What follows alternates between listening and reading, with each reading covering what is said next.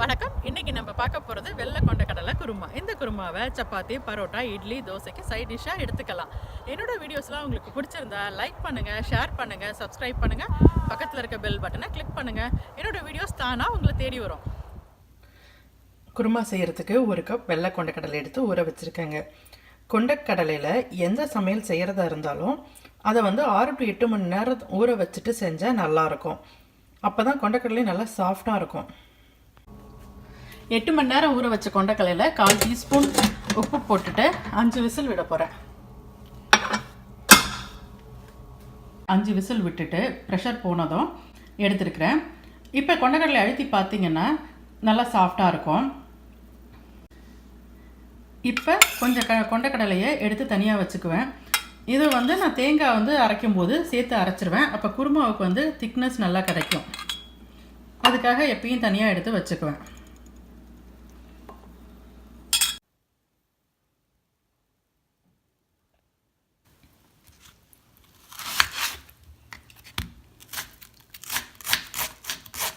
வெங்காயத்தை உங்களுக்கு வேணுங்கிற ஷேப்பில் கட் பண்ணிக்கோங்க. ரொம்ப பெருசாக மட்டும் கட் பண்ணிக்க வேண்டாம்.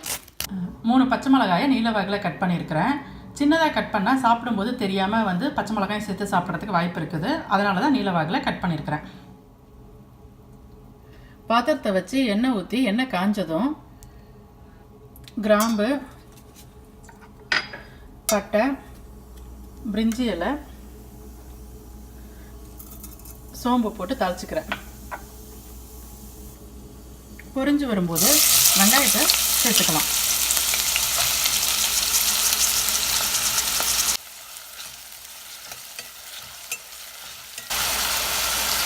வெங்காயம் நல்லா வதங்கட்டும்.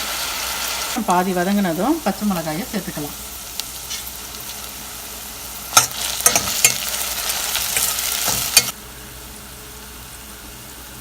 பச்சை மிளகாய் கொஞ்சம் வதங்கினதும் இஞ்சி பூண்டு பேஸ்ட்டு போட்டுக்கலாம். இஞ்சி பூண்டு பேஸ்ட்டு 1/2 டீஸ்பூன் போட்டுட்டா போதும், அதிகமாக போட வேண்டாம். இஞ்சி பூண்டு போட்டு வதக்கும் போது இஞ்சி பூண்டு வாசனை நல்லா வரும்.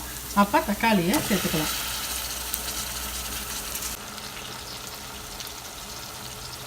வெங்காயம், தக்காளி, பச்சை மிளகாய், இஞ்சி பூண்டு பேஸ்ட்டெல்லாம் நல்லா வதங்கினதும் 1 டீஸ்பூன் மிளகாத்தூள், 1/2 டீஸ்பூன் மல்லித்தூள். மிளகாய்த்தூள், மல்லித்தூள் அளவெல்லாம் ஒரு பேசிக் ஐடியாவுக்காக தான். உங்களுக்கு காரம் வேணுங்கிறதுக்கு தகுந்தது மாதிரி அதிகமாகவோ கம்மியாகவோ சேர்த்துக்கோங்க.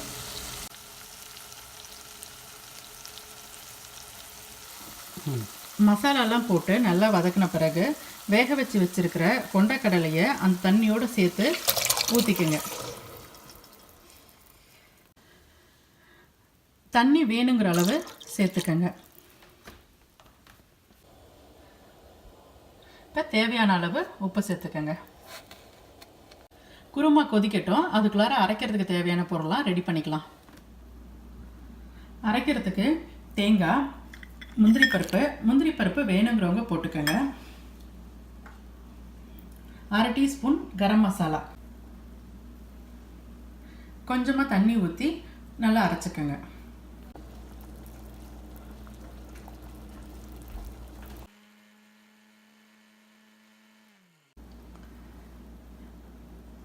தேங்காயை நல்லா அரைச்ச பிறகு தனியாக எடுத்து வச்சுருக்கிற வெந்த கொண்டக்கடலையை சேர்த்து இன்னொரு தடவை அரைச்சிக்கோங்க.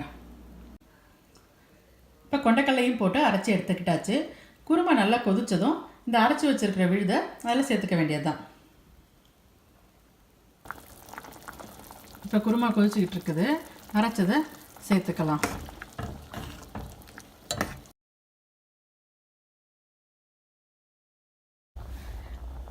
அரைச்சதெல்லாம் சேர்த்து ஒரு 5 நிமிஷம் கொதிக்க வச்சுட்டு அடுப்பை ஆஃப் பண்ணிவிடுங்க. தேங்காயோட கொண்டக்கடலையை சேர்த்து அரைக்கிறது ஒன்று குருமாவோட திக்னஸ்க்காக, 2வது கொண்டக்கடலை பிடிக்காத குழந்தைங்களாம் இருந்தாங்கன்னா இந்த கொண்டக்கடலையோட எசன்ஸ் இறங்கி இருக்கிறதுனால தனியாக வெறும் சால்னாவை மட்டும் சாப்பிட்லாம். குருமா இந்த மாதிரி பதத்தில் இந்த மாதிரி தண்ணியாக இருக்கும்போது ஆஃப் பண்ணிவிடுங்க. இது இன்னும் கொஞ்சம் நேரம் ஆனோன்னா திக்காயிடும். சூடான சுவையான குருமா ரெடி. செஞ்சு பார்த்துட்டு எப்படி இருந்துச்சுன்னு சொல்லுங்கள். நன்றி.